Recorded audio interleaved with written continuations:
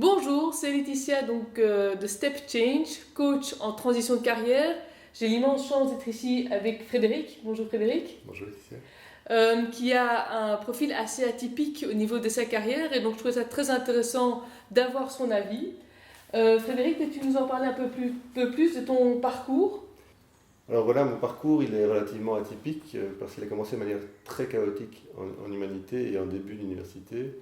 Et c'est là que j'ai trouvé l'opportunité de faire enfin un premier choix, c'est de me lancer dans d'autres humanités, des humanités professionnelles en ébénisterie, en même temps que je faisais mes études à l'ICHEC en sciences économiques. Alors suite à ça, j'ai trouvé des boulots qui, les uns après les autres, se sont enchaînés. Certains changements de vie sur des cycles de 3 à 5 ans m'ont même emmené à reprendre des études, devenir enseignant en primaire, pratiquer le métier d'enseignant et puis repartir dans le monde privé. Et pris mes 9 mois de congés parentaux pour mes 3 enfants. Et c'est là que j'ai vraiment, après avoir fait une réflexion personnelle et professionnelle sur une meilleure connaissance de moi, c'est là que j'ai vraiment démarré, rencontré énormément de gens et arrivé à créer les morceaux de boulot qui aujourd'hui font mon boulot au quotidien. Le lundi, le vendredi, je travaille à un endroit, le mercredi, je fais autre chose, le mardi reste ouvert pour rencontrer des gens, le jeudi, j'ai du suivi individuel, que finalement, j'ai créé une dynamique qui fait que un des 5 paramètres peut s'éteindre, un autre peut recommencer, et il y aura toujours un tronc commun qui va tourner avec le temps. Donc tu as vécu pas mal de changements, et qu'est-ce que tu as retiré de ces changements? Quels sont les conseils que tu pourrais donner aux autres personnes, sur base de ton expérience? Alors la première chose que je dirais comme conseil, c'est vraiment d'apprendre à bien se connaître.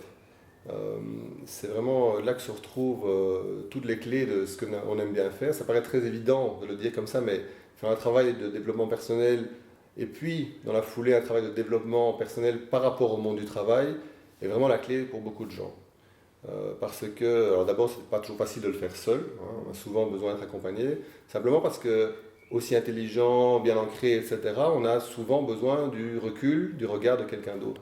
Alors comme autre conseil, je donnerais évidemment celui de rencontrer beaucoup de monde, comme je l'ai fait. Ça, c'est vraiment la clé de créer des liens, créer des relations. Le réseau, c'est simplement que des gens qui nous connaissent savent nous envoyer d'autres gens et on peut leur envoyer d'autres gens. Ils peuvent nous donner des références d'une formation, d'une autre personne à rencontrer. Le troisième conseil que je donnerais, c'est celui de ne pas avoir peur de sortir des sentiers battus.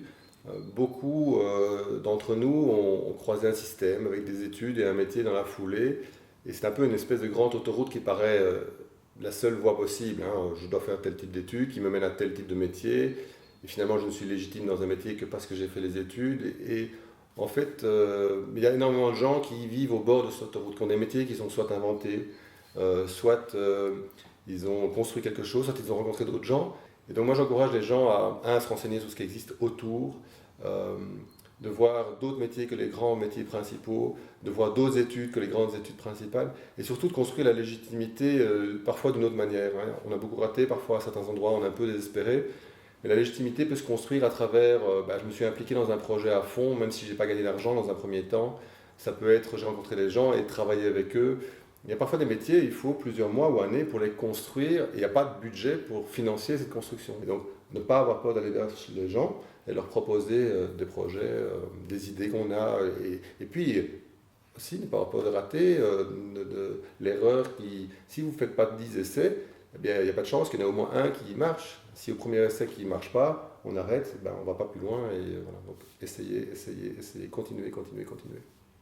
Mais merci beaucoup pour ce témoignage que je trouvais très très riche. Avec plaisir, merci. J'espère que vous avez bien aimé cette vidéo. Si vous avez bien aimé, n'hésitez pas à la liker ou à partager. Et à bientôt pour d'autres vidéos. Au revoir. Au revoir. Merci.